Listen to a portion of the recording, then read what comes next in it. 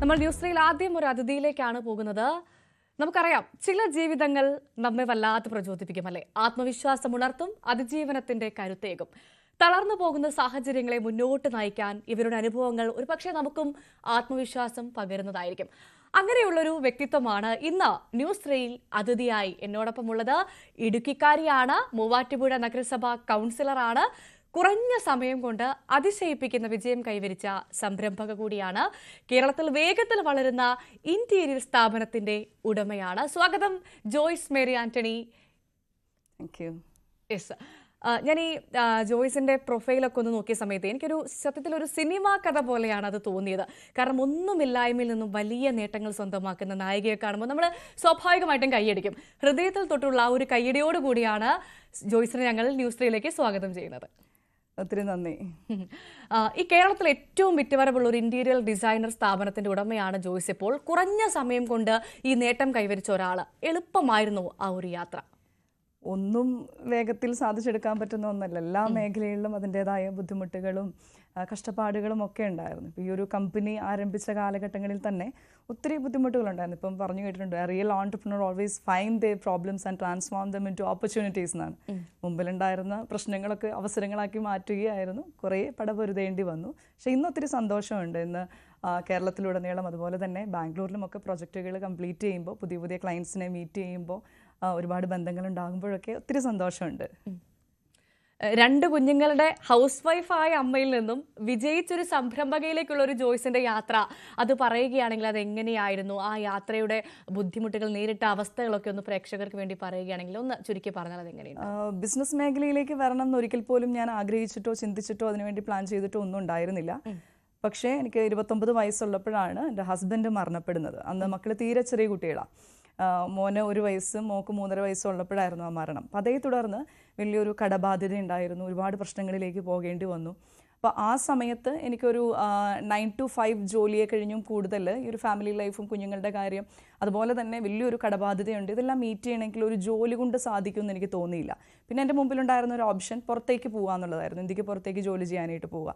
അവിടെ മക്കളിൽ നിന്ന് മാറി നിൽക്കേണ്ട ഒരു സിറ്റുവേഷൻ ഉണ്ടാവുമെന്ന് എനിക്ക് തോന്നിയപ്പോഴാണ് ബിസിനസ് ചെയ്യാം എന്നുള്ള ഒരു ചിന്തയിലേക്ക് വന്നത്. അങ്ങനെ പല മേഖലകളിൽ പ്രവർത്തിച്ച് നോക്കി. ഞാൻ ആദ്യം എഡ്യൂക്കേഷൻ സെക്ടറിലായിരുന്നു വർക്ക് ചെയ്തിരുന്നത്, സ്കൂളിലായിരുന്നു. അതിനുശേഷം എഡ്യൂക്കേഷൻ കൺസൾട്ടൻസി പോലെ ഒരു സ്ഥാപനം മൂവാറ്റുപുഴയിൽ സ്റ്റാർട്ട് ചെയ്തു. ഒരുപാട് വിദ്യാഭ്യാസ സ്ഥാപനങ്ങൾക്ക് വേണ്ടി വർക്ക് ചെയ്തു. ട്രെയിനിങ് മേഖലയിൽ സജീവമായിട്ട് ആരംഭിച്ചു. അങ്ങനെ പല സ്കൂളുകൾക്കും ടീച്ചേഴ്സ് ഓറിയൻറ്റേഷൻ ഉൾപ്പെടെയുള്ള ട്രെയിനിങ്ങുകൾ നൽകി. അതിനുശേഷമാണ് ഈ ഒരു ഇൻറ്റീരിയർ എന്ന് പറയുന്നത്. എനിക്കൊന്ന് ഡിസൈനിങ് എൻ്റെ ഒരു ഇഷ്ടമുള്ള മേഖലയായിരുന്നു. അങ്ങനെ ഈ ഒരു മേഖലയിലേക്ക് കടന്നു വന്നു. അപ്പോൾ തുടക്കത്തിൽ പറഞ്ഞ പോലെ തന്നെ അതിൻ്റെ ഇൻവെസ്റ്റ്മെൻറ്റിൻ്റെ ഫണ്ട് കണ്ടെത്തുന്നത് മുതൽ ഒരുപാട് പ്രശ്നങ്ങളായിരുന്നു. ഒരു സത്യം പറഞ്ഞാൽ എൻ്റെ പേഴ്സണൽ ഉണ്ടായിരുന്ന ഒരു 300 രൂപയിൽ തുടങ്ങിയ ഒരു യാത്രയാണ്. എൻ്റെ ഹസ്ബൻഡിൻ്റെ മരണശേഷം ആരംഭിച്ച ഒരു 2ാമത്തെ ജേർണിയാണ്. ഇന്ന് ലുവല്ല വെഞ്ചേഴ്സ് എന്നാണ് നമ്മുടെ കമ്പനിയുടെ പേര്. അപ്പോൾ ലുവല്ലയുടെ വാക്ക്, ആ ഒരു വേർഡ് തന്നെ ജർമ്മൻ ഒറിജിൻ വേർഡാണ്. സ്ട്രോങ് വാരിയേഴ്സ് എന്നാണ് അതിൻ്റെ മീനിങ് തന്നെ. ശരി, പോരാടുകയാണല്ലേ? തീർച്ചയായിട്ടും ഇത് ഇപ്പോഴും അതിങ്ങനെ കണ്ടിന്യൂ ചെയ്തുകൊണ്ടേ ഇരിക്കുകയാണ്. അതെ. ഇപ്പോൾ പറഞ്ഞു ഭർത്താവ് ജേക്കബ്, അല്ലേ? അദ്ദേഹത്തിന്റെ അപ്രതീക്ഷിതമായ വിയോഗം, അവിടുന്ന് അങ്ങോട്ട് നേരിട്ട് ഒരുപാട് കടമ്പകൾ, ആ കടമ്പകളൊക്കെ കടന്നാണ് ഇപ്പോൾ എൻ്റെ മുന്നിൽ നിൽക്കുന്നത്. അപ്പം ആ ഒരു പോരാടി, ഇപ്പോഴും പോരാടിക്കൊണ്ടിരിക്കുകയാണ്, എന്നാലും ആ ഒരു വലിയ പോരാട്ടം നേടിയ ആ ഒരു കാലഘട്ടത്തെ ഇപ്പോൾ ഈ നിമിഷം ഓർക്കുമ്പോൾ എങ്ങനെ പറയാൻ സാധിക്കും? അത് ഓർക്കുക എന്ന് പറയുമ്പോൾ തന്നെ ഒത്തിരി സങ്കടമുള്ള കാര്യം തന്നെയാണ്. കാരണം ഞാൻ പറഞ്ഞല്ലോ, ഒത്തിരി അന്ന് ചെറുപ്പമാണ്. ഞങ്ങൾ ആകെ ജീവിച്ചു തുടങ്ങിയിട്ട് 6 വർഷം മാത്രമേ ഞങ്ങൾക്ക് ഒരുമിച്ച് ജീവിക്കാൻ പറ്റുള്ളൂ. ഒത്തിരി സന്തോഷത്തോടു കൂടി ഒരു സുഹൃത്തിനെ പോലെയുള്ള ഒരു ഭർത്താവ്, നല്ല 2 കുഞ്ഞുങ്ങൾ, അങ്ങനെ വളരെ സന്തോഷകരമായി ജീവിതം പൊക്കോണ്ടിരിക്കുന്ന കാലഘട്ടത്തിൽ അദ്ദേഹം ബിസിനസ് മേഖലയിൽ തന്നെയായിരുന്നു. അപ്പോൾ അങ്ങനെ പൊക്കോണ്ടിരിക്കുന്ന കാലഘട്ടത്തിലാണ് വളരെ അപ്രതീക്ഷിതമായ ഒരു മരണം സംഭവിക്കുക. ഒരു അസുഖം വന്ന് മരിക്കുന്ന പോലെയല്ല, പെട്ടെന്ന് ഒരു ദിവസം യാത്ര പറഞ്ഞ് ഇറങ്ങിപ്പോയ ഒരു വ്യക്തിയാണ്. മണിക്കൂറുകൾക്കപ്പുറമാണ് ഞാൻ അദ്ദേഹം മരിച്ചു എന്നുള്ളൊരു വാർത്ത തന്നെ അറിയുന്നതും. അതൊരു വലിയ ഞെട്ടലായിരുന്നു. അപ്പോൾ എന്നെ സംബന്ധിച്ചിടത്തോളം ലൈഫിൻ്റെ ഒരു ഫുൾ സ്റ്റോപ്പാണ് എന്ന് കരുതിയ ഒരിടത്തു നിന്നാണ് 2ാമതൊരു ജേർണി ആരംഭിക്കുക. ചെറിയ മക്കളെയായിട്ട് മുമ്പോട്ട് പോകുക എന്നുള്ളത് എന്നെ സംബന്ധിച്ച് വലിയൊരു പ്രതിസന്ധിയായിരുന്നു. അപ്പം ജേക്കബിൻ്റെ മരണം ഉൾക്കൊള്ളാൻ തന്നെ ഞാൻ ദിവസങ്ങളോളം സമയമെടുത്തു. അന്നൊക്കെ തലയൊക്കെ മൊട്ടയടിച്ചിട്ട് ആണ് നടന്നിരുന്നത്. അത്രയധികം ഡിപ്രഷൻ്റെ സ്റ്റേജിൽ കൂടെ കടന്നുപോയ കാലഘട്ടമായിരുന്നു. അവിടെ നിന്ന് പിന്നെ നമുക്ക് തിരിച്ചറിയാം, ഞാനിങ്ങനെ ഇരുന്ന് കഴിഞ്ഞാൽ മക്കളുടെ ഭാവി ഇല്ലാണ്ടാവുകയാണ്. അല്ലെങ്കിൽ എനിക്കിപ്പം അതിന് മുമ്പുണ്ടായിരുന്ന എക്സ്പീരിയൻസുകളൊന്നും, എനിക്ക് എക്സ്പോഷേഴ്സ് ഒന്നും ഉപയോഗിക്കാൻ പറ്റാതെ കണ്ടു വരുന്നു. അപ്പോൾ ഞാൻ വിചാരിച്ചു എന്തായാലും നമുക്ക് തുടങ്ങി നോക്കാം. അങ്ങനെ എല്ലാ മേഖലകളിലും സജീവമായി പതുക്കെ സംരംഭകത്തേക്കും അതുപോലെ തന്നെ പൊതുപ്രവർത്തന രംഗത്തേക്കും ഒക്കെ കടന്നു വരികയായിരുന്നു. അപ്പോൾ ആ ഒരു കാലഘട്ടത്തെ പറ്റി ഓർക്കുമ്പോൾ സത്യം പറഞ്ഞാൽ ഇപ്പം ഞാനത് ഓർക്കാറില്ല. കാരണം അത് വീണ്ടും എന്നിലേക്ക് ഒരുപാട് നെഗറ്റിവിറ്റി കൊണ്ടുവരുന്ന കുറേ മെമ്മറീസാണ് അതെന്ന് പറയുന്നത്. ഒത്തിരി വിഷമകരമായ ഒരു കാലഘട്ടത്തിലൂടെ കടന്നുപോയത് മറക്കാൻ ശ്രമിക്കുന്ന അധ്യായങ്ങളാണ്. പക്ഷേ എൻ്റെ ലൈഫിലെ ആ പ്രശ്നങ്ങളാണ് ഒരു പക്ഷേ എന്നെ ഈ ഒരു അവസ്ഥയിലേക്ക് കൊണ്ടെത്തിച്ചതും ഇന്നത്തെ ഒരു നിലയിലേക്ക് കൊണ്ടെത്തിച്ചതും ആ പ്രശ്നങ്ങളോട് പോരടിച്ചത് കൊണ്ട് തന്നെയാണ്.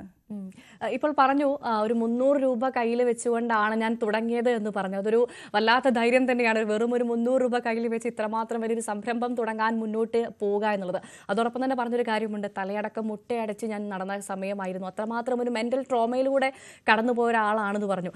ആ ഒരാൾക്ക് എങ്ങനെയാണ്, അല്ലെങ്കിൽ എൻ്റെ 2 മക്കളുണ്ട്, അവരെ മുന്നോട്ട് നയിക്കണം എന്നുള്ള ആ ഒരു ധൈര്യം തന്നെയാണോ ഒരു വലിയ സംരംഭകയാവാനുള്ളൊരു തുടക്കം കുറിക്കാൻ കാരണം?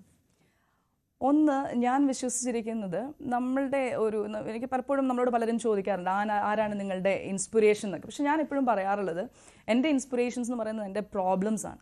ഒരുപക്ഷെ എൻ്റെ ലൈഫിൽ ഇത്രയും പ്രോബ്ലംസ് ഇല്ലായിരുന്നുവെങ്കിൽ ഞാൻ ഇന്ന് ഈ അവസ്ഥയിലേക്ക് എത്തുമായിരുന്നില്ല. ആ ഒരു കാലഘട്ടത്തിൽ തന്നെ മക്കളുടെ ഭാവി എന്നെ വല്ലാണ്ട് അലട്ടിയിരുന്ന ഒരു സാഹചര്യമാണ്. കാരണം ഓരോ ദിവസവും ഉറങ്ങാൻ കിടക്കുമ്പോൾ സങ്കടമാണ്. രാവിലെ മക്കളുടെ കാര്യങ്ങൾ എങ്ങനെയാണ്, അടുത്ത ദിവസങ്ങൾ എങ്ങനെയാണ് ഞാൻ മുമ്പോട്ട് കൊണ്ടുപോകുക, അവരുടെ വിദ്യാഭ്യാസം എങ്ങനെയായിരിക്കും, എൻ്റെ ഹസ്ബൻഡ് ആഗ്രഹിച്ച രീതിയിലേക്ക് അവരെ കൊണ്ടുപോകാൻ പറ്റുമോ, താമസിച്ചുകൊണ്ടിരുന്ന വീട് നഷ്ടപ്പെട്ടു, ഉണ്ടായിരുന്ന സ്വത്തുക്കൾ മുഴുവൻ നഷ്ടപ്പെട്ടു, അക്കൗണ്ട് ഫ്രീസായി, കയ്യിൽ വേറെ പൈസകളൊന്നുമില്ല. അപ്പോൾ അങ്ങനെ ഇരിക്കുന്ന സിറ്റുവേഷനിൽ നിന്ന് മുമ്പോട്ട് പോകുക എന്നുള്ള ഒരു ശക്തമായ തീരുമാനം ഒരൊറ്റ രാത്രി കൊണ്ട് എടുത്തതല്ല. ആ കുറേ ദിവസങ്ങളിലെ ട്രോമകളിലൂടെയൊക്കെ അവസാനം എടുത്ത ഒരു തീരുമാനമാണ് മുമ്പോട്ട് തന്നെ പോവുക എന്നുള്ളത്. ഞാനിപ്പോൾ ജോയ്സ് പറഞ്ഞത് കേൾക്കുമ്പോൾ എനിക്ക് തോന്നിയൊരു കാര്യമാണ്, ഈ ചെറിയ പ്രതിസന്ധി വരുമ്പോൾ അല്ലെങ്കിൽ ചെറിയൊരു കാരണത്തിൽ പോലും വലിയ രീതിയിൽ ദുഃഖിക്കുന്ന ആളുകളാണ് നമുക്ക് ചുറ്റുമുള്ളത്. അല്ലെങ്കിൽ അതിനെ നേരിടാൻ സാധിക്കാതെ ജീവിതത്തിൽ തകർന്നു പോകുന്ന ഒരുപാട് ആളുകൾ നമുക്ക് ചുറ്റുമുണ്ട്. അപ്പോൾ അത്തരക്കാർക്കൊക്കെ ജോയ്സിൻ്റെ ജീവിതം, അല്ലെങ്കിൽ ഈ പറഞ്ഞ ചെറിയ നമ്മൾ കുറച്ച് നേരമായിട്ട് സംസാരിച്ചു തുടങ്ങിയുള്ളൂ, പക്ഷേ ആ കുറച്ച് സമയം സംസാരിച്ചത് പോലും അത്തരക്കാർക്കൊക്കെ ഒരു വലിയ പ്രചോദനമായിരിക്കും മുന്നോട്ട് ജീവിക്കാനുള്ള. അത്തരത്തിൽ ഒരു ചെറിയ പ്രതിസന്ധി വരുമ്പോൾ തളർന്നു പോകുന്ന സ്ത്രീകളോട് എന്താണ് ജോയ്സിന് പറയാനുള്ളത്, സ്വന്തം ജീവിതത്തെ മുന്നോട്ട്? ഞാൻ ഒരുപാട് സ്ത്രീകളുടെ സങ്കടങ്ങൾ ഈ ദിവസങ്ങളിലൊക്കെ കാണാറുണ്ട്. പ്രത്യേകിച്ചും ഞാൻ ഈ പൊതുപ്രവർത്തന മേഖലയിൽ നിൽക്കുമ്പോൾ ഇതുപോലെ തന്നെ വളരെ ചെറുപ്പത്തിൽ വിധവകളായി മാറുന്ന സ്ത്രീകൾ, അതുപോലെ ഡിവോഴ്സികളായിട്ടുള്ളവർ, മറ്റ് കുടുംബ പ്രശ്നങ്ങൾ മൂലം അല്ലെങ്കിൽ സാമ്പത്തിക പ്രശ്നങ്ങൾ മൂലമൊക്കെ ഒത്തിരി ബുദ്ധിമുട്ടുകളിലൂടെ പോകുന്ന ഒരുപാട് സ്ത്രീകളെ കാണാറുണ്ട്. അപ്പോൾ ഞാൻ അവരോടൊക്കെ എപ്പോഴും പറയാറുള്ളത്, നിങ്ങളുടെ പ്രശ്നങ്ങളെ ഓവർകം ചെയ്യാനായിട്ടൊരു ഡിസിഷൻ ആദ്യമേ തന്നെ എടുക്കുക. നിങ്ങൾക്കത് ഓവർകം ചെയ്യാനായിട്ടുള്ള കഴിവ് ഉണ്ടെന്ന് തന്നെയാണ് ഞാനിപ്പോഴും വിശ്വസിക്കുന്നത്. ഇപ്പോൾ ഒരു രാജാവ് യുദ്ധത്തിന് ഒരു പടയാളി, തൻ്റെ പടയാളികളിൽ ഏറ്റവും ശക്തനായ ഒരാളെയാണ് സൈന്യാധിപനായി നിയോഗിക്കുക. അതെന്തുകൊണ്ടാണ്? അയാളുടെ ആ കപ്പാസിറ്റിയിലുള്ള, അയാളുടെ കഴിവിലുള്ള വിശ്വാസം കൊണ്ടാണ്. അതുപോലെ തന്നെ നമ്മുടെ മുമ്പിൽ എന്ത് പ്രശ്നമാണെങ്കിലും അതിനെ ഓവർകം ചെയ്യാനായിട്ടുള്ള ഒരു കഴിവ് നമ്മളിലുണ്ട് എന്നുള്ള വിശ്വാസത്തോടു കൂടി തന്നെ മുമ്പോട്ട് പോകുവാനായിട്ട് സാധിക്കണം. എൻ്റെ അടുത്ത് വരുന്ന എല്ലാ സ്ത്രീകളോടും ഞാൻ ഇത് തന്നെയാണ് പറയുക.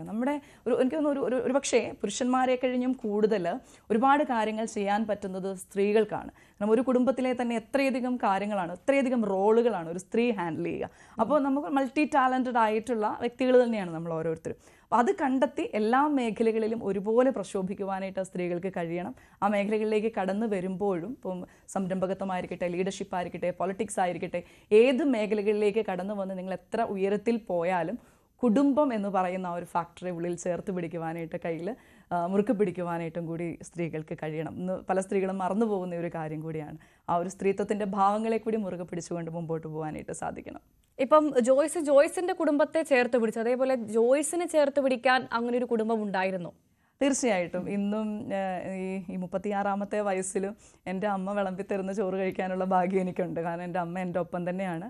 അതോടൊപ്പം തന്നെ എൻ്റെ ഹസ്ബൻഡിൻ്റെ മമ്മി ഏത് സമയവും എന്നോടൊപ്പം തന്നെ ഉണ്ട്. അമ്മ കൂടെ താമസിക്കുന്നില്ല എങ്കിൽ കൂടിയും എല്ലാ ദിവസങ്ങളിലും തന്നെ സുഖവിവരം അന്വേഷിച്ചുകൊണ്ടും ഒപ്പം പ്രാർത്ഥനയുമായിട്ടൊക്കെ ഉണ്ട്. അതുപോലെ എൻ്റെ കുടുംബവും എല്ലാവരും തന്നെ ഒപ്പമുണ്ട്. ശരി. ഇപ്പം നമ്മൾ ജീവിക്കുന്നത് ഒരുപാട് പുഴുക്കുത്തുകൾ നിറഞ്ഞൊരു സമൂഹത്തിലാണെന്ന് ഞാൻ പറയേണ്ട കാര്യം ഉണ്ടാവില്ലല്ലോ അല്ലേ? ഒരുപാട് നന്മകളുള്ള സമൂഹമുണ്ട്, അതിൽ കൂടുതൽ ഒരു പക്ഷേ ഒരുപാട് ദുഷിപ്പുകളും പുഴുക്കുത്തുകളും ഒരു സമൂഹത്തിലാണ് നമ്മൾ ജീവിക്കുന്നത്. അപ്പോൾ അത്തരത്തിലൊരു സമൂഹത്തിൽ ജീവിക്കുമ്പോൾ, പ്രത്യേകിച്ചും പറഞ്ഞു നന്നേ ചെറുപ്പത്തിൽ വിധവയായ ഒരു സ്ത്രീയാണ് എൻ്റെ മുൻപിൽ നിൽക്കുന്നത്.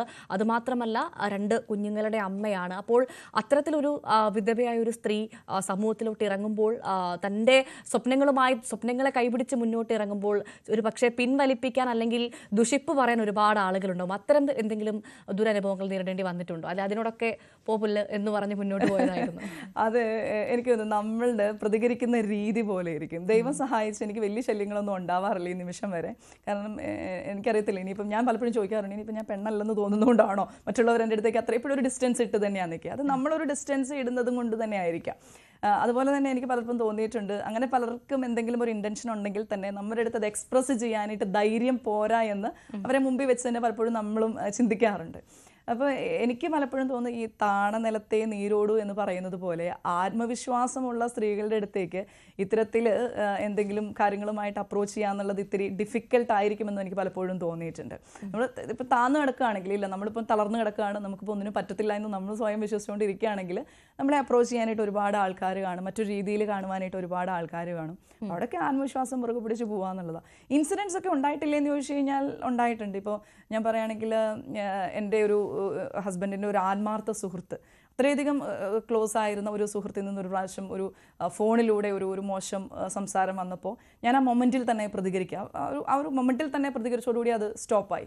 ഇതുപോലെ ആ ഒരു സ്പോട്ടിൽ പ്രതികരിക്കുക ഇന്ന് പല മീഡിയാസിലൊക്കെ കാണാറുണ്ട്. എല്ലാം കഴിഞ്ഞൊരു 1 വർഷം അല്ലെങ്കിൽ 2 വർഷമൊക്കെ കഴിഞ്ഞ് വന്നിരുന്നിട്ട് പ്രതികരിച്ച ചാനലുകളിൽ സംസാരിക്കുന്നതൊക്കെ കാണുമ്പോൾ എനിക്ക് തോന്നാറുണ്ട് എന്തുകൊണ്ട് അന്ന് പ്രതികരിക്കാൻ സാധിച്ചില്ല, എന്തിനാണ് വൈകി പോകുന്നതെന്ന് പലപ്പോഴും തോന്നാറുണ്ട്. നോ പറയേണ്ടടുത്ത് കൃത്യമായി നോ തീർച്ചയായിട്ടും നോ പറയേണ്ടടുത്ത് നോ പറയുക തന്നെ വേണം. പിന്നെ പലതരത്തിലും നോ പറയാട്ടോ. ഇപ്പോൾ ഒരു ആൾക്കാർ വന്നിട്ട് ഇപ്പം ഒരു പൈസ കടം തരാമോ എന്ന് ചോദിക്കുന്ന ആളെ മുഷിപ്പില്ലാതെ കൊണ്ട് തന്നെ നമുക്കിപ്പം തരാനായിട്ടുള്ള സാഹചര്യം ഇല്ല, തരാൻ പറ്റില്ല എന്ന് പറയുന്ന ആൾക്കാരുണ്ടല്ലോ, ആളെ വെറുപ്പിക്കുന്നുമില്ല. എന്തിനും അതുപോലെ തന്നെ പല രീതിയിൽ നമുക്കത് എക്സ്പ്രസ് ചെയ്യാം. നോയെ തന്നെ പല രീതിയിൽ നമുക്ക് എക്സ്പ്രസ് ചെയ്യാനായിട്ട് പറ്റും. അതെ, ഈ ബിസിനസ് സംരംഭക എന്നതിനപ്പുറത്തേക്ക് ഒരു പൊതുപ്രവർത്തക കൂടിയാണ്. എങ്ങനെയായിരുന്നു പൊതുപ്രവർത്തനത്തിലേക്കുള്ള ഒരു വരവ്? കാരണം ഞാൻ ജോസിനെ കുറിച്ച് അറിഞ്ഞ സമയത്ത് ആദ്യം പറഞ്ഞുള്ള ഒരു രാഷ്ട്രീയ പാരമ്പര്യമുള്ള ഒരാളൊന്നും അല്ല. പിന്നെ എങ്ങനെയാണ് പൊതുപ്രവർത്തനത്തിലേക്ക് എത്തിയത്? എല്ലാം എൻ്റെ ലൈഫിൽ ആക്സിഡൻ്റലായിട്ട് സംഭവിക്കുന്ന കാര്യം തന്നെയാണ്. പൊളിറ്റിക്സ് എന്ന് പറയുന്നത് തീർച്ചയായിട്ടും ഞാൻ കോൺഗ്രസ് പാർട്ടിയിൽ അടിയുറച്ച് വിശ്വസിക്കുന്ന ഒരു വ്യക്തിയാണ്. അപ്പോൾ അത് ഉള്ളിലെ തന്നെ ഉള്ളതാണ്. കുടുംബപരമായിട്ട് കോൺഗ്രസ്സുകാരാണെങ്കിലും പ്രവർത്തന രംഗത്തൊന്നും ഉണ്ടായിരുന്നില്ല എന്ന് മാത്രമേ ഉള്ളൂ. പക്ഷേ അത് കാലങ്ങൾ തൊട്ട് തന്നെ ഉള്ളിലുണ്ടായിരുന്ന ഒന്നാണ്. പഠന കാലഘട്ടങ്ങളിലും ഒക്കെ ഉണ്ടായിരുന്നു. അതിനുശേഷം അതൊക്കെ ഇങ്ങനെ ഉറങ്ങിക്കിടന്ന ഒരു സമയത്താണ് ഇങ്ങനെ ഞങ്ങളുടെ ഒരു മീറ്റിങ്ങിൽ വെച്ചിട്ടാണ് ഇങ്ങനെ ശ്രീ ജോസഫ് വാഴക്കൻ, അതുപോലെ തന്നെ ഡീൻ കുര്യാക്കോസ് MP അവരൊക്കെ ഉണ്ടായിരുന്ന ഒരു സദസ്സിൽ വെച്ചിട്ടൊരു സംഭാഷണം ഉണ്ടായി. അവിടെ നിന്ന് തുടങ്ങിയ ഒന്നാണ്. പിന്നെ വാർഡിൽ നിന്ന് കുറച്ച് പ്രവർത്തകർ, കോൺഗ്രസിൻ്റെ പ്രവർത്തകരുണ്ടായിരുന്നു, ശക്തരായിട്ടുള്ള പ്രവർത്തകർ. അവർ വീട്ടിൽ വന്നു, ഇങ്ങനെ ഒരു ആവശ്യം ഉന്നയിച്ചു. അങ്ങനെ 1 മാസത്തോളം വേണ്ട എന്ന് തന്നെയായിരുന്നു ആദ്യത്തെ തീരുമാനം. പിന്നീട് സമ്മതം മൂളുകയായിരുന്നു. ശരി, ബിസിനസ് രംഗത്ത് 100% വിജയിച്ച ആളാണ് ജോയ്സ്. പൊതുപ്രവർത്തന രംഗത്ത് അത്തരത്തിൽ വിജയിച്ചോ? എന്ത് പറയണം?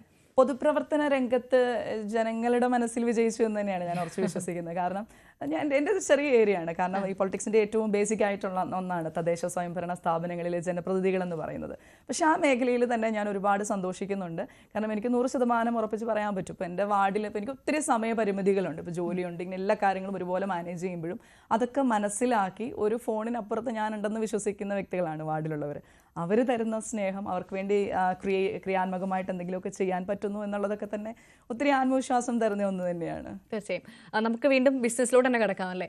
അപ്പം നമ്മൾ തുടക്കത്തിൽ പറഞ്ഞിട്ടുണ്ട്, ഞാൻ അതായത് കേരളത്തിൽ ഏറ്റവും കൂടുതൽ വിറ്റുവരവുള്ള ഒരു കമ്പനി നടത്തുന്ന ഒരാളാണ്, അല്ലെങ്കിൽ ഒരു സംരംഭകയാണ്. അപ്പോൾ ഈ ബിസിനസ് രംഗത്തുനിന്ന് ലഭിച്ച പ്രചോദനം അതെങ്ങനെയാണ്? എത്ര പേർക്ക് ജോലി കൊടുക്കുന്ന ഒരാളാണ്? ആദ്യം ചോദിക്കാം. നമുക്കിപ്പം 40-ലധികം ജീവനക്കാരുണ്ട്. മൂവാറ്റുപുഴയിലാണ് ഞങ്ങളുടെ ഹെഡ് ഓഫീസ്, ഫാക്ടറിയൊക്കെ പ്രവർത്തിക്കുന്നത് അവിടെയാണ്. അതുകൂടാതെ കണ്ട് റീസെൻ്റ്ലി എറണാകുളത്ത്, കൊല്ലത്ത്, ബാംഗ്ലൂരിൽ ഇപ്പം ഇമ്മീഡിയറ്റ്ലി തന്നെ നമ്മൾ ലോഞ്ച് ചെയ്യുന്നു. അപ്പം അങ്ങനെ മുമ്പോട്ട് പോകുന്നു. അപ്പോൾ ഒരുപാട് പേർക്ക് ജോലി കൊടുക്കാൻ കഴിയുന്നു എന്നുള്ളതിലും ഒത്തിരി സന്തോഷമുണ്ട്. ഇതിലൊന്നും നിർത്താനും ഉദ്ദേശിക്കുന്നില്ല. ഇനി ദൈവകൃപ കൊണ്ട് മുമ്പോട്ട് പോകണം തന്നെയാണ് ആഗ്രഹം. ഇപ്പം എൻ്റെ ഒരു വലിയ ആഗ്രഹമാണ്, എൻ്റെ ഒരു സമ്മാനമായിട്ടുള്ള സാഹചര്യങ്ങളിലൂടെ കടന്നു വന്നിരിക്കുന്ന കുറേ പേർക്കെങ്കിലും തൊഴിലവസരങ്ങൾ ഒരുക്കി കൊടുക്കണം എന്നുള്ളതും വലിയൊരു സ്വപ്നമാണ്. അതിനുള്ളൊരു പ്രചോദനം എന്തായിരുന്നു അത്തരമൊരു ചിന്തയിലോട്ട് എത്താനുള്ള? തീർച്ചയായിട്ടും എൻ്റെ ഒരു സാഹചര്യങ്ങൾ തന്നെയാണ്. അപ്പോൾ ഇങ്ങനെയുള്ള ആൾക്കാർക്ക് എന്തുമാത്രം ഒരു ജോലി ആവശ്യമാണ് എന്നുള്ളത് എനിക്ക് വ്യക്തമായിട്ട് അറിയാം. അപ്പോൾ അതുകൊണ്ട് തന്നെയാണ് അവർക്കും നമ്മൾ അനുഭവിച്ചു വന്ന ഒരു സാഹചര്യം ഉണ്ടല്ലോ. അപ്പോൾ അവിടെ എന്തെങ്കിലും ഒരു കൈത്താങ്ങാകാൻ ഒരാൾക്കെങ്കിലും ആകാൻ പറ്റുമെങ്കിൽ അത് നല്ലതെന്ന് വിശ്വസിക്കുന്നു. ഒരു 300 രൂപയിൽ തുടങ്ങിയ ഒരാളാണ് 40-ലധികം ആളുകൾക്ക് ജോലി കൊടുക്കുന്ന ഒരാളായി മാറിയതല്ലേ? അതെ. അതിനുശേഷം ഞാൻ ഇടയ്ക്ക് ഒരു റിയൽ എസ്റ്റേറ്റിലേക്ക് രംഗത്തേക്കൊക്കെ കടന്നു വന്നിരുന്നു. അത് ഒരു സ്ഥലത്തിന് ചെറിയൊരു അഡ്വാൻസ് കൊടുത്തിട്ട് ഇച്ചിരി അവധി വാങ്ങിച്ചു. അങ്ങനെ ഒരു 2 ആഴ്ച കൊണ്ട് ഞാനത് മറിച്ചു വിറ്റു. അതിൽ നിന്നൊക്കെയാണ് കുറച്ച് പണം ഞാൻ സ്വരൂപിച്ചത്. മറിച്ചു വിറ്റ് അതിൽ നിന്ന് ലാഭം ഉണ്ടാക്കി പിന്നെ അടുത്ത പ്ലോട്ട് എടുത്തു. അങ്ങനെ പിന്നെ എനിക്ക് മനസ്സിലാവണം ഇതാണ് റിയൽ എസ്റ്റേറ്റ് എന്നുള്ളത്. അങ്ങനെ കുറച്ച് പണം എനിക്ക് സ്വരൂപിക്കാനായിട്ട് പറ്റി. അതോടൊപ്പം തന്നെ ഞാൻ ജോലി കണ്ടിന്യൂ ചെയ്തു. സ്കൂളിൽ വർക്ക് ചെയ്തുകൊണ്ടിരുന്നു എന്ന് ഞാൻ പറഞ്ഞല്ലോ, അത് ഞാൻ കണ്ടിന്യൂ ചെയ്തു. അതോടൊപ്പം തന്നെ കേരളത്തിലുടനീളം ക്ലാസ്സുകൾ എടുത്തു. ഇന്നും ഞാൻ ക്ലാസ്സുകൾ എടുക്കാൻ പോവാറുണ്ട് പല മേഖലകളിലും. അപ്പോൾ ഇതിങ്ങനെ എല്ലാ രീതിയിലും ഈ ഒരു 24/7 എന്ന് പറഞ്ഞ ഓടിയ ഒരു കാലഘട്ടമായിരുന്നു. ഇപ്പോഴാണ് കുറച്ചെങ്കിലും ഒന്ന് റെസ്റ്റ് എടുത്ത് എല്ലാം ഒരു സിസ്റ്റത്തിലേക്ക് കൊണ്ടുവരിക. അതിനു മുമ്പ് എന്ന് പറഞ്ഞാൽ ശരിക്കും പറഞ്ഞാൽ ഒരാൾ തിരക്കാണോ എന്ന് ചോദിക്കുമ്പോൾ ഞാൻ പറയാറുണ്ടായിരുന്നു, തിരക്കല്ല, അലച്ചിലാന്ന്. അപ്പോൾ അത്രയധികം കഷ്ടപ്പാടും ഉറക്കമില്ലാത്ത രാത്രികളും ഒക്കെ ഉണ്ടായിരുന്നു. ഒന്നും ഒരു ഓവർനൈറ്റ് കൊണ്ട് ഉണ്ടാക്കാൻ പറ്റുന്നതല്ല, എല്ലാത്തിനും അതിൻ്റെതായ കഷ്ടപ്പാടുകളുണ്ട്. അതെ, ഇപ്പോൾ ഒരുപാട് മേഖലയിൽ പ്രവർത്തിക്കുന്ന ഒരാളാണെന്ന് ഈ പറഞ്ഞാൽ തന്നെ വ്യക്തമാണ്. ഇതിൽ ഏറ്റവും കൂടുതൽ താല്പര്യമുള്ളത് ഏതാണ്? ഏറ്റവും അല്ലെങ്കിൽ ഇനി അങ്ങോട്ട് എനിക്ക് ഇതിൽ തന്നെ നിൽക്കണം, അത് ബിസിനസ്സിൽ തന്നെയാണോ അല്ലെങ്കിൽ മറ്റെന്തെങ്കിലും ആണോ? തീർച്ചയായിട്ടും ഞാൻ എന്നോട് ചോദിച്ചു കഴിഞ്ഞാൽ എനിക്ക് ബിസിനസ് എന്ന് തന്നെ ഉറപ്പിച്ച് പറയാൻ പറ്റും. കാരണം എൻ്റെ മറ്റു മേഖലകളിൽ എന്നെ നിലനിർത്തുന്നത് ബിസിനസ്സാണ്. കാരണം ഞാൻ അടിയുറച്ച് വിശ്വസിക്കുന്നത് രാഷ്ട്രീയ രംഗത്ത് പ്രക്ഷോഭിക്കണമെന്നുണ്ടെങ്കിൽ നമുക്ക് നമ്മുടേതായ ഒരു ഐഡൻറ്റിറ്റി വേണം. ഞാൻ കടന്നു വന്ന സാഹചര്യങ്ങളിലൂടെ ആണെങ്കിലും കഴിഞ്ഞ ദിവസങ്ങളിലൂടെ ഒക്കെ ആണെങ്കിലും എൻ്റെ മനസ്സിൽ അടിവരയിട്ട് ഉറപ്പിച്ച ഒരു കാര്യമാണ്, നമ്മൾ മറ്റേത് മേഖലകളിലേക്ക് പോവുകയാണെങ്കിൽ എസ്പെഷ്യലി പൊളിറ്റിക്സിലേക്ക് വരുവാണെങ്കിൽ നമുക്കൊരു സമ്പാദ്യം ഉണ്ടായിരിക്കണം, നമുക്കൊരു ഐഡൻറ്റിറ്റി ഉണ്ടായിരിക്കണം. എന്നെ സംബന്ധിച്ചിടത്തോളം എൻ്റെ ഐഡൻറ്റിറ്റിയാണ് ലുവല്ല വെഞ്ചേഴ്സ് എന്ന് പറയുന്നത്, എൻ്റെ ഒരു ഫിനാൻഷ്യൽ ഒരു സോഴ്സാണ് ലുവല്ല വെഞ്ചേഴ്സ് എന്ന് പറയുന്നത്. അപ്പോൾ അതുകൊണ്ട് തന്നെ അതെന്നെ പൊളിറ്റിക്കലി വളരാനായിട്ട് ഒരു പക്ഷേ സഹായിച്ചേക്കാം. അതുപോലെ മറ്റു മേഖലകൾ എൻ്റെ കുടുംബം നിലനിന്ന് പോകണമെങ്കിലും എനിക്ക് ഈ ഒരു സംരംഭത്വം ഏറ്റവും അനിവാര്യമായിട്ടുള്ള ഒന്ന് തന്നെയാണ്. അതെ, ഇപ്പം വലിയൊരു യാത്ര ഇങ്ങനെ സഞ്ചരിച്ചുകൊണ്ടിരിക്കുകയാണ്. ആ യാത്രയുടെ എനിക്ക് തോന്നുന്നു ഏകദേശം പകുതി എത്തിയിട്ടേ ഉണ്ടാവുള്ളൂ, ഇനി ഒരുപാട് മുന്നോട്ട് പോകാനുണ്ട് ബിസിനസ് യാത്രകളിലൊക്കെ. അപ്പോൾ ഇതുവരെയുള്ള യാത്രയിൽ ഏറ്റവും കൂടുതൽ കൈത്താങ്ങായി നിന്ന ഒരാൾ, അങ്ങനെ ഒരാളുണ്ടെങ്കിൽ അത് ആരായിരിക്കും? തീർച്ചയായിട്ടും എൻ്റെ അമ്മ തന്നെയാണ്. എൻ്റെ അമ്മയെ പറ്റി പറയുകയാണെങ്കിൽ മമ്മിയും ഞാൻ 10ാം ക്ലാസ്സിൽ പഠിക്കുമ്പോൾ പപ്പ മരിച്ചതാണ്, വൈദവ്യത്തിലൂടെ കടന്നു വന്ന ഒരാളാണ്. അപ്പോൾ ഇപ്പോൾ എൻ്റെ ഒരു സിറ്റുവേഷനിൽ മമ്മി എൻ്റെ ഒപ്പം എൻ്റെ മക്കളെ കരുതാനായിട്ട് കൂടെ ഇല്ലായിരുന്നുവെങ്കിൽ ഇതൊന്നും എനിക്ക് സാധിക്കുമായിരുന്നില്ല. പിന്നെ ഞാൻ ഈ 24/7 എന്ന് പറഞ്ഞ് ഓടി എന്ന് പറയുമ്പോൾ ബാക്കി സമയത്ത് മക്കളുടെ കാര്യങ്ങൾ നോക്കാനായിട്ടൊക്കെ മമ്മി വീട്ടിലുണ്ടായിരുന്നു. അതുപോലെ തന്നെ എന്തിനും ഏതിനും സപ്പോർട്ടായിട്ടൊന്ന് വൈകി വരുമ്പോൾ ചോദിക്കാൻ ഒരാളായിരുന്നു, എന്താണ് താമസിച്ചത്, എപ്പോൾ എത്തുമെന്ന് വീട്ടിലൊരാളുള്ളത് ചോദിക്കാനുള്ളത് വലിയൊരു ധൈര്യമായിരുന്നു. എസ്പെഷ്യലി ജേക്കബിൻ്റെ അഭാവത്തിൽ മമ്മിയുടെ ഒരു സാന്നിധ്യം എന്നെ സംബന്ധിച്ചിടത്തോളം വലിയൊരു ധൈര്യമായിരുന്നു. തീർച്ചയായും. ഇപ്പോൾ എന്നോട് നേരത്തെ പറയുകയുണ്ടായി, ഞാൻ ചോദിച്ചു എന്തെങ്കിലും ബുദ്ധിമുട്ടുകൾ പ്രശ്നങ്ങൾ ഉണ്ടായിരുന്നോ ഈ ഒരു യാത്രയിലെന്ന്. അപ്പോൾ കുറേ കാര്യങ്ങൾ പറയുകയും ചെയ്തു. അത്തരത്തിൽ ഒരുപാട് ബുദ്ധിമുട്ടുകൾ നേരിടുന്ന ഒരുപാട് സ്ത്രീകൾ നമുക്ക് ചുറ്റുമുണ്ട്. അല്ലെങ്കിൽ നേരത്തെ നമ്മൾ പറഞ്ഞതുപോലെ ചെറിയൊരു അല്ലെങ്കിൽ മറ്റുള്ളവർ സമൂഹം എന്ത് പറയും അല്ലെങ്കിൽ മറ്റുള്ളവർ എന്ത് പറയും എന്ന് കരുതി പിന്നോട്ടിരിക്കുന്ന സ്ത്രീകൾ ഇപ്പോഴും ഉണ്ട്. ഇല്ല എന്ന് പറഞ്ഞാൽ അത് കള്ളമായിരിക്കും. ഇപ്പോഴും ഉണ്ട്, ഈ സമൂഹത്തിലുമുണ്ട്, ഈ ആധുനിക സമൂഹത്തിലുമുണ്ട് അത്തരം സ്ത്രീകൾ. അവരോട് എന്താണ് ജോയ്സിന് പറയാനുള്ളത്? നമ്മൾ സാമൂഹികമായിട്ടുള്ള കാഴ്ചപ്പാടുകളെ ബഹുമാനിക്കണം എന്ന് തന്നെ വിശ്വസിക്കുന്ന ഒരാളാണ് ഞാൻ. പലപ്പോഴും എനിക്ക് സങ്കടം തോന്നാറുണ്ട്. ഇപ്പോൾ സോഷ്യൽ മീഡിയയിലൊക്കെ ചില വ്യക്തികളൊക്കെ കിടന്ന് കാണിക്കുന്നത് കാണുമ്പോൾ എനിക്ക് വിഷമം തോന്നാറുണ്ട്. പക്ഷേ തീർച്ചയായിട്ടും അത് അവരുടെ സ്വാതന്ത്ര്യമാണ്, വസ്ത്രധാരണം അവരുടെ സ്വാതന്ത്ര്യമാണ്, അവരുടെ പ്രവർത്തനങ്ങൾ അവരുടെ മേഖലകളൊക്കെ അവരുടെ സ്വാതന്ത്ര്യമാണ്. ഞാനതിനെ പൂർണ്ണമായിട്ട് മാനിക്കുക തന്നെ ചെയ്യുന്നു. അപ്പം ഒരു പരിധി വരെ നമ്മുടെ ഒരു കൾച്ചറിനെ മുറുക്കെ പിടിക്കാനായിട്ട് നമ്മൾ ശ്രദ്ധിക്കണം എന്ന് തന്നെയാണ് എനിക്ക് വ്യക്തിപരമായി പലപ്പോഴും തോന്നാറുള്ളത്. പക്ഷെ അതേസമയം തന്നെ ഇപ്പം നമ്മുടെ ജീവിത സാഹചര്യങ്ങൾ, ഫോർ എക്സാമ്പിൾ ഇപ്പം ഞാൻ ഹസ്ബൻഡ് മരിച്ച സമയത്ത് ഒരു 10-15 ദിവസം കഴിഞ്ഞപ്പോൾ തന്നെ എനിക്ക് പുറത്തേക്ക് ഇറങ്ങേണ്ടി വന്നു. കാരണം പല ഡോക്യുമെൻറ്റേഷൻ പാർട്ടുകൾ, ബാങ്കുകളിൽ പോകാനുള്ള സാഹചര്യങ്ങൾ, സാമ്പത്തികമായിട്ടുള്ള പ്രശ്നങ്ങൾ. അപ്പോൾ ഇറങ്ങുമ്പോൾ ഒരു പക്ഷേ പലരെങ്കിലും ചോദിച്ചിട്ടുണ്ടാവും, ഹസ്ബൻഡ് മരിച്ചിട്ട് ഇത്രയും ദിവസമല്ലായുള്ളൂ. പക്ഷെ അത് ആൾക്കാർക്കത് ചോദിക്കാം, പക്ഷെ നമ്മുടെ കാര്യങ്ങൾ നടത്തിയേ പറ്റത്തുള്ളൂ. ഇങ്ങനെ പലതും മറ്റുള്ളവർ എന്തു പറയും, അവർ എന്ത് വിചാരിക്കും എന്ന് പറഞ്ഞ് വീട്ടിൽ കയറി ഇരുന്ന് കഴിഞ്ഞാൽ നഷ്ടപ്പെടുന്നത് നമ്മുടെ ജീവിതമാണ്. അത്തരം സാഹചര്യങ്ങളിൽ ധൈര്യത്തോടു കൂടി തന്നെ മുമ്പോട്ട് വരുവാനായിട്ട് എല്ലാ സ്ത്രീകൾക്കും കഴിയണം. പക്ഷേ നമ്മുടെ ഒരു കേരളത്തിൻ്റെ തനിമയെ, നമ്മുടെ ഒരു കൾച്ചറിനെയും കൂടി ചേർത്ത് പിടിക്കാനായിട്ട് നമുക്ക് സാധിക്കണം. ഞാനിപ്പോൾ ശ്രദ്ധിക്കുകയായിരുന്നു, ഈ പറഞ്ഞ തുടക്കം മുതൽ സംസാരിക്കുമ്പോൾ ചിരിച്ചുകൊണ്ടാണ് സംസാരിച്ചുകൊണ്ടിരിക്കുന്നത്. ഒരു ചിരി എപ്പോഴും മുഖത്ത് നിറയ്ക്കാൻ ആഗ്രഹിക്കുന്ന ഒരാളാണ്. എപ്പോഴും എനിക്ക് തോന്നിയൊരു പോസിറ്റീവ് വൈബ് ആണെന്നാണ്. അതിനുള്ളൊരു എന്താണ് അങ്ങനെ ആവാൻ കാരണം? ഒരു കമ്മ്യൂണിക്കേഷനിൽ നമ്മൾ ചിരിച്ചാൽ സംസാരിക്കണമെങ്കിൽ ആ ഒരു കമ്മ്യൂണിക്കേഷൻ്റെ 50% കഴിഞ്ഞു എന്നാണ് പറയണത്. അപ്പോൾ അതുകൊണ്ട് തന്നെ ഇപ്പം ഞാനെപ്പോഴും പൊതുവേ ചിരിക്കുന്ന ഒരാളാണ്. പലരും പറയാറുണ്ട്, പലപ്പോഴും ഉള്ളിൽ സങ്കടം ഉണ്ടെങ്കിൽ പോലും പെട്ടെന്ന് തന്നെ മനസ്സിലാക്കി എടുക്കാനായിട്ട് ആൾക്കാർക്ക് പറ്റാറില്ല. അപ്പം ഇതൊരു അനുഗ്രഹമായിട്ട് തന്നെയാണ് കരുതുന്നത്. എപ്പോഴും ചിരിച്ചുകൊണ്ടാണോ സംസാരിക്കാറ്? കഴിയുന്നതും. ഓക്കെ, ഇനി മുന്നോട്ടുള്ള ലക്ഷ്യങ്ങൾ, സ്വപ്നങ്ങൾ അതെന്തൊക്കെയാണ്? എൻ്റെ ഏറ്റവും വലിയ സ്വപ്നം എന്ന് പറയുന്നത് തന്നെ ലുവല്ല വെഞ്ചേഴ്സിനെ കൂടുതൽ ഉയരങ്ങളിലേക്ക് എത്തിക്കുക എന്നുള്ളതാണ്. അത് ഉയരങ്ങളിലെത്തിയാൽ മാത്രമാണ് ഒരു വ്യക്തി എന്നുള്ള നിലയിലും ഒരു അമ്മ എന്നുള്ള നിലയിലും എനിക്കും ഉയരങ്ങളിലേക്ക് പോകാനായിട്ട് പറ്റത്തുള്ളൂ. എൻ്റെ മക്കളുടെ ഭാവി അതൊക്കെ ഇതിനെ ആശ്രയിച്ച് തന്നെയായിരിക്കണം. അപ്പം ഒരുപാട് പേർക്ക് ജോലി കൊടുക്കുന്ന ഒരു വനിതാ സംരംഭമായ ലുവല്ല വെഞ്ചേഴ്സിലൂടെ ഒരുപാട് സ്ത്രീകൾക്ക് ജീവിതമാർഗമാക്കി പകർന്നു കൊടുക്കണമെന്നുള്ള വലിയൊരു ആഗ്രഹം കൂടിയുണ്ട്. ശരി. ഇപ്പം നമ്മൾ പറഞ്ഞു ഒരു വലിയ ട്രോമയിൽ കൂടെ കടന്നു പോയ ഒരാളാണ്. ആ സമയത്ത് ആഗ്രഹിച്ചൊരു കാര്യം പിന്നീട് ഇപ്പോൾ സാധ്യമായതൊരു കാര്യം, അത്രമേൽ സന്തോഷിച്ച മനോഹരമായൊരു നിമിഷം, അത് എന്തെങ്കിലും ഉണ്ടോ ഞങ്ങൾ പങ്കുവയ്ക്കാൻ? ഒരുപാടുണ്ട്. ഒരുപാട് സാഹചര്യങ്ങൾ ഉണ്ടായിട്ടുണ്ട്. പലപ്പോഴും ഞാൻ അന്ന് ജേക്കബ് ഉണ്ടായിരുന്ന കാലഘട്ടങ്ങളിലൊക്കെ ഞങ്ങളോട് അടുത്ത് നിന്നിരുന്ന ഒരുപാട് വ്യക്തികൾ ഹസ്ബൻഡിൻ്റെ മരണശേഷം ഞങ്ങൾക്ക് സാമ്പത്തിക പ്രശ്നങ്ങളുണ്ട് എന്ന് അറിഞ്ഞു കഴിഞ്ഞപ്പം വിളിക്കാൻ പോലും മടിച്ച ഒരുപാട് വ്യക്തികളുണ്ട്. ഇൻ കേസ് ഇനി വിളിച്ചാൽ എന്തെങ്കിലും സഹായിക്കേണ്ടി വരുമോ എന്ന് ചിന്തിച്ച ഒരുപാട് വ്യക്തികളുണ്ട്. പക്ഷേ ഇവരൊക്കെ പിന്നീട് ഞാൻ മറ്റ് മേഖലകളിലേക്ക് മുമ്പോട്ട് വന്നു തുടങ്ങിയപ്പോൾ അവരുടെ സ്നേഹാന്വേഷണങ്ങളൊക്കെ ആയിട്ട് അവർ വിളിക്കുകയും വീട്ടിൽ വരികയും അങ്ങനെയൊക്കെ ചെയ്യുമ്പോൾ സത്യം പറഞ്ഞാൽ ഉള്ളുകൊണ്ട് ഞാൻ സന്തോഷിച്ചിട്ടുണ്ട്. അതൊരു എന്താ പറയുക, ഒരു സ്വീറ്റ് റിവഞ്ച് പോലെ പലപ്പോഴും. അവരൊക്കെ തിരിച്ചു വിളിച്ചാൽ ജോയ്സ് ഫോൺ എടുക്കാറുണ്ടോ? തീർച്ചയായും ഞാൻ എടുക്കാറുണ്ട്. എനിക്ക് സാഹചര്യം ഉണ്ടെങ്കിൽ തീർച്ചയായിട്ടും ഞാൻ എടുക്കാറുണ്ട്. പലപ്പോഴും ചില തിരക്കുകളിലൊക്കെ ആണെങ്കിലും അപ്പോൾ എടുക്കാൻ പറ്റിയില്ലെങ്കിലും ഞാൻ മറുപടി കൊടുക്കാറുണ്ട്. മനസ്സുകൊണ്ട് ആ സമയത്ത് എന്താണ് വിചാരിക്കാറ്? അല്ലെങ്കിൽ എനിക്കിത് സാധിച്ചു, അന്ന് ഞങ്ങളെ തിരിഞ്ഞു നോക്കാത്ത ആളുകൾക്ക് മുന്നിലൊക്കെ തല ഉയർത്തി നിൽക്കാൻ സാധിച്ചു, അങ്ങനെയാണോ? എനിക്കൊരിക്കലും അവരോട് ദേഷ്യമൊന്നും എനിക്ക് തോന്നിയിട്ടില്ല. ഒരുപക്ഷെ നമ്മളും അങ്ങനെയൊക്കെ തന്നെ ആയിരിക്കും. നമുക്ക് നമ്മുടേതായ എക്സ്ക്യൂസസ് പറയാനായിട്ടുണ്ടാവും, നമ്മുടേതായ കാരണങ്ങൾ ഉണ്ടാവാം. അപ്പം ആ സമയത്ത് സഹായിക്കാനുള്ള സാഹചര്യം ആയിരുന്നിരിക്കില്ല അവർക്ക്. അതൊക്കെ എനിക്കൊരിക്കലും അവരോട് ദേഷ്യം തോന്നിയിട്ടില്ല. പക്ഷെ എനിക്ക് വലിയൊരു ആത്മവിശ്വാസം തോന്നിയിട്ടുണ്ട്. ഇവിടെയൊക്കെ ഉയർന്നു വരാനായിട്ട് സാധിച്ചല്ലോ എന്നുള്ളത് ഒരു വലിയ ആത്മവിശ്വാസം തന്നെയാണ്. എനിക്ക് തോന്നുന്നു അത്തരത്തിലൊരു ആത്മവിശ്വാസം ഉണ്ടെങ്കിൽ നമുക്ക് സാധിക്കില്ല എന്ന് തോന്നുന്ന പല കാര്യങ്ങളിലും കയ്യെത്തി പിടിക്കാൻ സാധിക്കുന്നു അല്ലേ? തീർച്ചയായിട്ടും. അത് ആദ്യം നമ്മൾ നമ്മുടെ കഴിവിൽ അടിയുറച്ച് വിശ്വസിക്കുക. അല്ലെങ്കിൽ മറ്റുള്ളവർ നമ്മളെ സഹായിക്കും, മറ്റുള്ളവർ നമ്മളെ വളർത്തും. നെവർ. നമ്മൾ നമുക്ക് വേണ്ടി എന്ത് ചെയ്യുന്നു അത് മാത്രമേ അവസാനം ഉണ്ടാവത്തുള്ളൂ. അപ്പം സ്വയം വിശ്വസിച്ച് തന്നെ മുമ്പോട്ട് പോകാനായിട്ട് നമുക്ക് സാധിക്കണം. അതെ. ഇപ്പോൾ ഒരു സംരംഭക എന്ന നിലയിൽ ഇതായിരുന്നു എൻ്റെ വഴി എന്ന് തിരിച്ചറിഞ്ഞ ഒരു നിമിഷം ഏതായിരുന്നു? അല്ലെങ്കിൽ ഏതൊരു ഘട്ടത്തിലാണ് ഈ റൂട്ടിലൂടെ ഞാൻ പോയാൽ മാത്രമേ എനിക്ക് സക്സസ് ആവാൻ കഴിയുള്ളൂ എന്ന് ജോയ്സിന് തോന്നി? എനിക്ക് റിയൽ എസ്റ്റേറ്റ് മേഖലയിൽ ഞാൻ ആദ്യം വന്നു എന്ന് ഞാൻ പറഞ്ഞല്ലോ. ചെറിയ പ്ലോട്ടുകൾ എടുത്ത് റീസെയിൽ ചെയ്തു. അപ്പം ആ സമയത്താണ് എനിക്ക് മനസ്സിലാവുന്നത്, ഇതിൽ എനിക്കൊരു ടാലൻ്റ് ഉണ്ട്, എനിക്ക് ബിസിനസ്സിൽ സംസാരിക്കാൻ പറ്റും, അല്ലെങ്കിൽ ഒരു കമ്മ്യൂണിക്കേഷൻ ഏറ്റവും ഇമ്പോർട്ടൻ്റ് ആയിട്ടുള്ള ഒരു ഫാക്ടറാണ് ബിസിനസ്സിൽ. അപ്പം അതെനിക്ക് പറ്റുന്നുണ്ട്, അല്ലെങ്കിൽ ട്രാൻസ്പെറൻ്റ് ആയിട്ട് നിൽക്കാൻ പറ്റുന്നുണ്ടെന്നൊക്കെ എനിക്ക് മനസ്സിലാവുന്നത് ആ സമയത്താണ്. പിന്നെ എനിക്ക് പലപ്പോഴും തോന്നിയിട്ടുള്ളത് ഈ ഓൺട്രപ്രണർഷിപ്പിൽ സ്ത്രീകൾക്കുള്ള സാധ്യതകൾ കമ്പാരിറ്റീവ്ലി കൂടുതലാണ്. ഫസ്റ്റ് ഓഫ് ഓൾ ഒരു ബിസിനസ്സിൻ്റെ ഏറ്റവും ബേസിക് ഘടകമെന്ന് പറയുന്നത് ട്രസ്റ്റാണ്. അപ്പോൾ സ്ത്രീകൾക്ക് കമ്പാരിറ്റീവ്ലി ഈ ഒരു ട്രസ്റ്റ് കൂടുതൽ ലഭിക്കാനായിട്ടുള്ള സാധ്യതയുണ്ട്. അപ്പോൾ ഞാൻ വന്ന മേഖലകളിലൊക്കെ ഇത് പലപ്പോഴും എനിക്കും ഫീൽ ചെയ്തിട്ടുണ്ട്. ഇതിൻ്റെ മറ്റൊരു വശമാണ്, ഇവിടെയാണല്ലോ മറ്റു പല സ്ത്രീകളും രാഷ്ട്രീയ രംഗങ്ങളെ വരെ പിടിച്ചു കുലുക്കാൻ സാധ്യതയുള്ള ഒരുപാട് സ്ത്രീകളും വന്നത് ഈ ഒരു ട്രസ്റ്റ് മുതലെടുത്തുകൊണ്ടാണ്. ഇന്ന് സ്ത്രീകളത് മുതലെടുക്കുന്നു എന്നുള്ളത് മറ്റൊരു കാര്യമാണ്. അപ്പോൾ അങ്ങനെ ആ ഒരു കാലഘട്ടത്തിലാണ് എനിക്ക് മനസ്സിലായത് നമ്മൾ ട്രാൻസ്പെറൻ്റ് ആയിട്ട് നിന്ന് നമ്മുടെ കഴിവിൽ വിശ്വസിച്ച് മുമ്പോട്ട് പോകാൻ സാധിച്ചു കഴിഞ്ഞാൽ ബിസിനസ്സിൽ വളരാൻ പറ്റുമെന്ന് മനസ്സിലാക്കിയത്. അങ്ങനെയാണ് ഈ ഒരു കമ്പനിയെ പറ്റി ചിന്തിച്ചതും ഇന്റീരിയർ മേഖലയിലേക്ക് കടന്നു വന്നത്. ശരി. ഈ ബിസിനസ്സും പൊതുപ്രവർത്തനവും ഒരുമിച്ച് കൊണ്ടുപോകാൻ പറ്റുന്നുണ്ടോ? ഇത്തിരി ബുദ്ധിമുട്ടുണ്ട് സത്യം പറഞ്ഞാൽ. യഥാർത്ഥത്തിൽ ബുദ്ധിമുട്ട് ഏതാ, പൊതുപ്രവർത്തനമാണോ ബിസിനസ്സാണോ? ബിസിനസ് രണ്ടും, എല്ലാ മേഖലയ്ക്കും അതിൻ്റെതായ ബുദ്ധിമുട്ടുണ്ട്. ബിസിനസ്സിൻ്റെതായിട്ടുള്ള പ്രോബ്ലംസ് ഉണ്ട്, അതുപോലെ തന്നെ പൊളിറ്റിക്സിൽ അതിൻ്റെതായിട്ടുള്ള ചാലഞ്ചസ് ഉണ്ട്.